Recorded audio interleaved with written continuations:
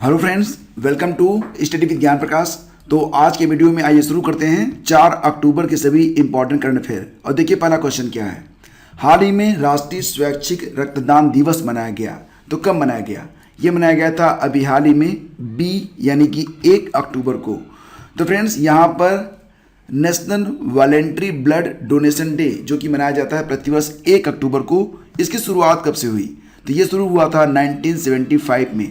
और अगर एग्जाम में ये आया कि ब्लड डोनर डे कब मनाया जाता है, रक्तदाता दिवस ये कब मनाया जाता है, तो प्रतिवर्ष 14 जून को मनाया जाता है।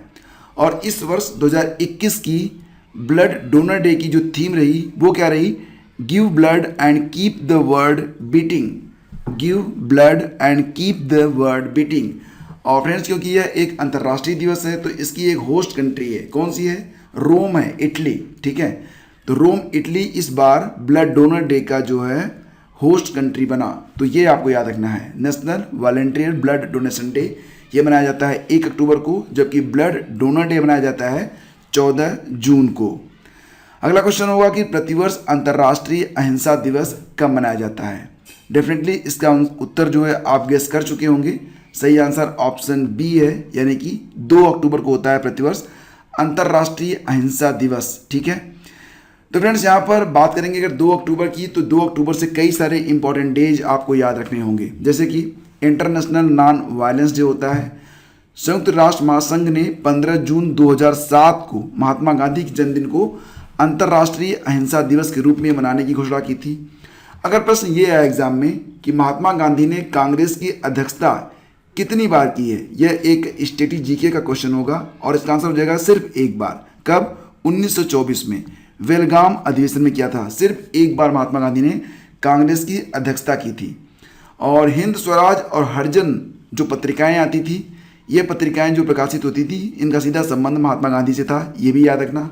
9 जनवरी 1915 को महात्मा गांधी दक्षिण अफ्रीका से भारत लौटे थे, इसीलिए प्रतिवर्ष 9 जनवरी को मनाया जाता है प्रवासी भारतीय दिवस।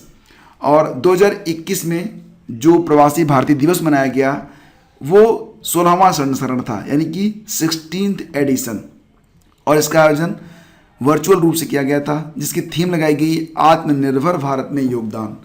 और एक बात और याद रखना कि युवा प्रवासी भारतीय दिवस मनाया गया था 8 जनवरी 2021 को, और इसकी थीम थी भारत और भारतीय समुदाय से सफल युवाओं को एक साथ लाना।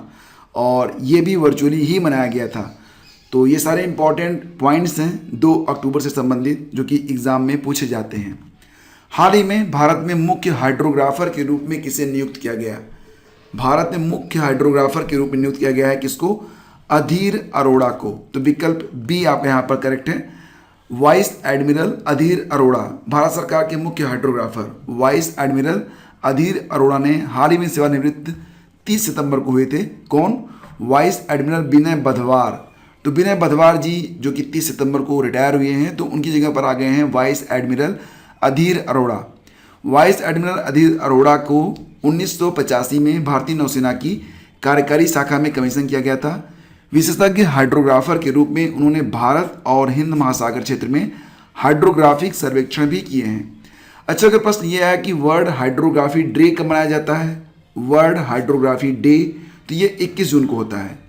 अब यहाँ पर जो अन्य विकल्प हैं जो मैंने आपको यहाँ पर दिखाया था उसके बारे में बात करते हैं। जैसे कि रश्मि रंजन दास, ये नाम भी याद रखना, एग्जाम में आ सकता है। रश्मि रंजन दास ये वित्त मंत्रालय के संयुक्त सचिव के पद पर हैं। रश्मि रंजन दास को 2021 से 2025 की अवधि के लिए संयुक्त राष्ट्र कर समिति के सदस्य के रूप में नियुक्त किया गया है। संयुक्त राष्ट्र कर समिति के सदस्य के रूप में नियुक्त किया गया है किसको? रश्मि रंजन दास को। वहीं पर पद्म कुमार माधवन नायर, ये नाम बहुत ही इंपॉर्टेंट है। Padma Kumar Madhavan Nair national asset reconstruction company limited यानी कि NARCL, इसको आप बैड बैंक भी कहते हैं। तो बैड बैंक के पहले CEO बने हैं, मैनेजिंग डायरेक्टर और CEO कौन बने हैं? पद्म कुमार माधवन नायर। वहीं पर national highway authority of India का जो अतिरिक्त अध्यक्ष का प्रभार है वो दिया गया है अरमान गिरधर को, ये भी याद रखना। और हाँ फ्रेंड्स, अब आपकी परीक्षाओं में तो समय बिल्कुल नहीं बचा, तो अब आप, मुझे पता है कि आप अच्छे से पढ़ाई कर रहे होंगे अपनी, और जितना भी पढ़ रहे हैं देखो, सुबह पढ़ा करो, शाम को उसका रिवीजन जरूर किया करो। करंट अफेयर में अगर दिक्कत आ रही है तो हमारा जो सेशन है वो आपके लिए ही होता है, जहाँ पर हम आपको करंट अफेयर साथ ही साथ उसका रिवीजन भी करवाते हैं, पुराने करंट भी लेकर आते हैं आपके लिए। तो यहाँ पर करंट के लिए अगर आप चाहें तो हमारी PDF का इस्तेमाल कर सकते हैं, और अगर आप इस PDF को प्राप्त करना चाहते हैं तो वीडियो का डिस्क्रिप्शन चेक कर लेना, वहाँ पर आपको लिंक मिल जाएगा। अगला क्वेश्चन होगा किला हुआ ज्वालामुखी। अब बताना आपको ये है कि किला हुआ ज्वालामुखी जिसमें हाल ही में विस्फोट हुआ है, ये कहाँ पर स्थित है। ज्वालामुखियों से संबंधित कई सारे क्वेश्चन अक्सर पूछे जाते हैं, तो याद रखना कि किला हुआ ज्वालामुखी ये तो USA में है और इसमें हाल ही में अभी विस्फोट हुआ। अब एक बात और याद रखना, देखो जो ज्वालामुखी होता है ना, इसको पृथ्वी का जो है सुरक्षा वाल्व कहते हैं, सिक्योरिटी वाल्व। क्यों? क्योंकि जब अंदर का दाब अधिक हो जाता है तो ऐसी कंडीशन में तो ज्वालामुखी का जो लावा होता है वो इसी वाल्व से बाहर निकलता है, जिसकी वजह से जो ज्वालामुखी होते हैं इन्हें अर्थ का सिक्योरिटी वाल्व भी कहा जाता है। तो ये आपको याद रखना है। और किला हुआ कहाँ पर स्थित है, तो ये जापान में स्थित है। आगे बढ़ते हैं और अगला क्वेश्चन होगा कि हाल ही में किस मंत्रालय ने DG सक्षम कार्यक्रम को शुरू किया है। DG सक्षम कार्यक्रम, तो ये कार्यक्रम शुरू किया गया है श्रम और रोजगार मंत्रालय के द्वारा। विकल्प ए आपका करेक्ट है। ये बता दो कि श्रम और रोजगार मंत्री कौन है, भूपेंद्र यादव हैं। ठीक है, याद रखना इसको, भूपेंद्र यादव ये हमारे श्रम और रोजगार मंत्री हैं। और याद रखना कि ये जो DG सक्षम कार्यक्रम शुरू किया गया है ministry of labour and employment के द्वारा, इस कार्यक्रम के लिए माइक्रोसॉफ्ट से समझौता किया गया है। और इसका उद्देश्य क्या है, युवाओं के डिजिटल कौशल और रोजगार क्षमता को बढ़ाना। देखिए फ्रेंड्स, थोड़ी सी जुकाम हो रही है, मौसम बदल रहा है ना, तो आवाज़ आपको थोड़ी सी फटी फटी लग रही होगी। कभी कभी थोड़ा सा लगेगा आपको कि मतलब डिले हो रहा है, तो थोड़ा मैनेज करो। ठीक है, कुछ दिन तक आप भी करो, मैं भी कर रहा हूँ। अगला क्वेश्चन देखते हैं। हाल ही में रुपिंदर पाल सिंह और वीरेंद्र लाकड़ा ने किस खेल से संन्यास ले लिया है।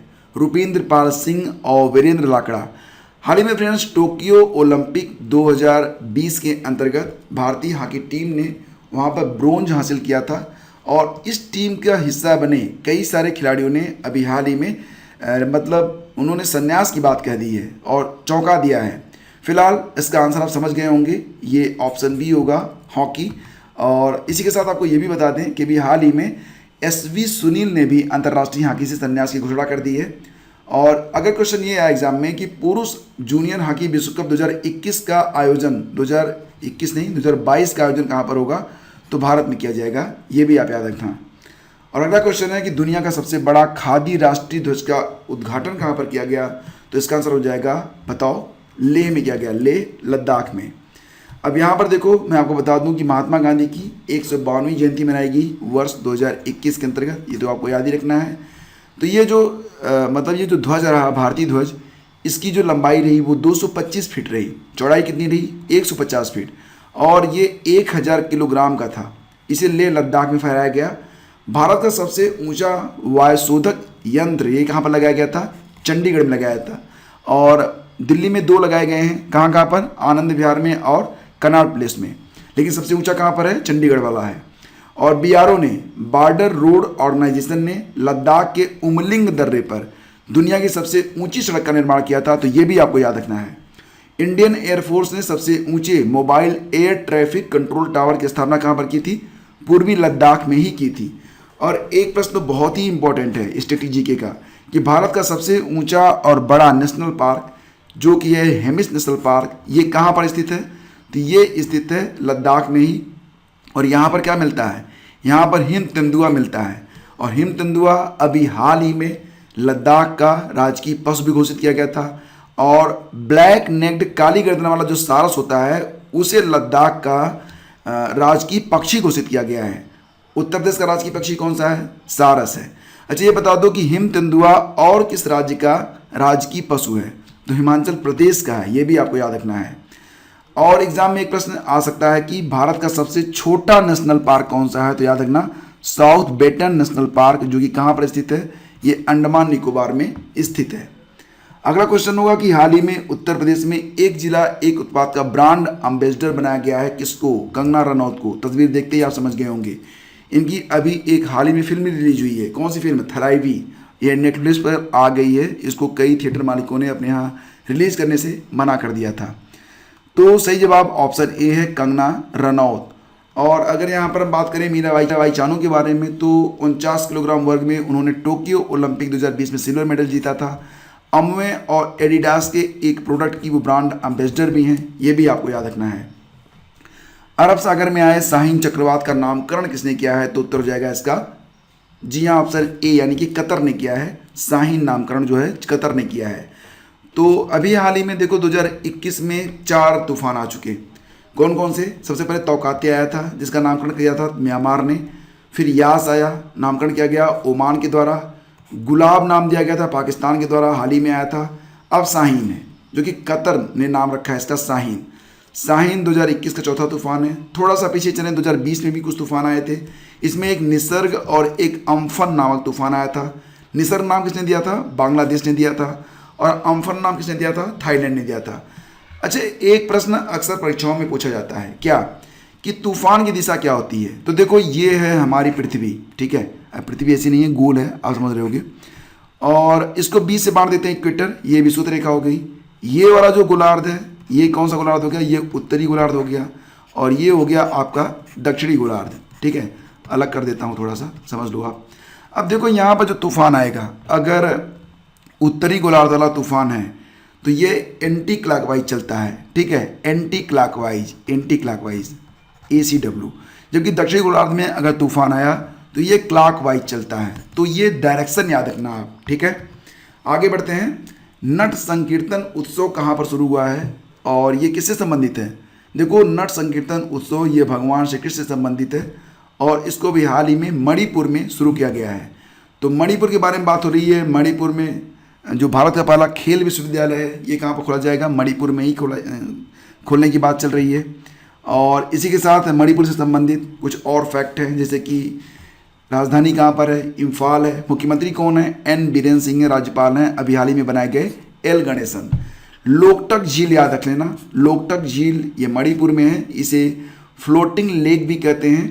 और ये नॉर्थ ईस्ट इंडिया की सबसे बड़ी मीठे पानी की झील है। इसी पर आपको एक नेशनल पार्क मिलेगा जिसका नाम है केबुल लामजाओ नेशनल पार्क। ये दुनिया का एकमात्र तैरता नेशनल पार्क है, ठीक है। और मणिपुर का काला चावल जिसका नाम था चा खाओ, ये अमेजन से आप मंगा सकते हो। तो इसको GI टैग मिला था, आपको याद होगा। हाल ही में हाथी मिर्च और तामेंगलोंग संतरा को भी GI टैग मिला था। इनका संबंध भी मणिपुर से ही है। लाई हरोबा त्यौहार जो है ये भी मणिपुर में मनाया जाता है। और कई सारे खिलाड़ी हैं जो कि मणिपुर से संबंधित हैं और कई नामचीन खिलाड़ियों का नाम इसमें शामिल है। तो याद करो कि इनका नाम क्या क्या है, नीचे कमेंट करके बताओ हमें। आगे बढ़ते हैं। अगला क्वेश्चन होगा कि हाल ही में प्रधानमंत्री मोदी ने अमृत मिशन 2.0 और स्वच्छ भारत मिशन 2.0 को शुरू किया है कब से? तो इसका उद्घाटन किया गया 1 अक्टूबर से। ऑप्शन ए, देखो 2 अक्टूबर मत कर देना, 1 अक्टूबर को ये शुरू किया गया है। तो विकल्प ए आपका यहाँ पर सही है। और अगर प्रश्न ये है कि स्वच्छ भारत मिशन की शुरुआत कब हुई थी, मतलब 1.0 की शुरुआत कब हुई थी, वर्जन 1 की 2 अक्टूबर 2014 को हुई थी। कब तक चला था? 2019 तक चला था। अच्छा, अमृत योजना मतलब Atal mission for rejuvenation for urban transformation, ये कब शुरू हुआ? 2015 में शुरू हुआ। उज्ज्वला योजना 2.0 कहाँ से शुरू हुआ? तो ये यूपी के महोबा से 10 अगस्त को शुरू किया गया 10 अगस्त 2021 को, ठीक है। तो फ्रेंड्स ये थे आज के करंट अफेयर और उम्मीद करता हूँ कि वीडियो आपको पसंद आया होगा। तो किन्हीं कारणों से आप देख रहे हो कि गला खराब है तो बहुत लंबा नहीं कर रहा वीडियो, तो आज का क्वेश्चन भी नहीं है कुछ। फिलहाल हम शीघ्र मिलेंगे आपसे एक नए वीडियो में, कल के वीडियो में। तब तक के लिए आज्ञा दीजिए। नमस्कार, जय हिंद।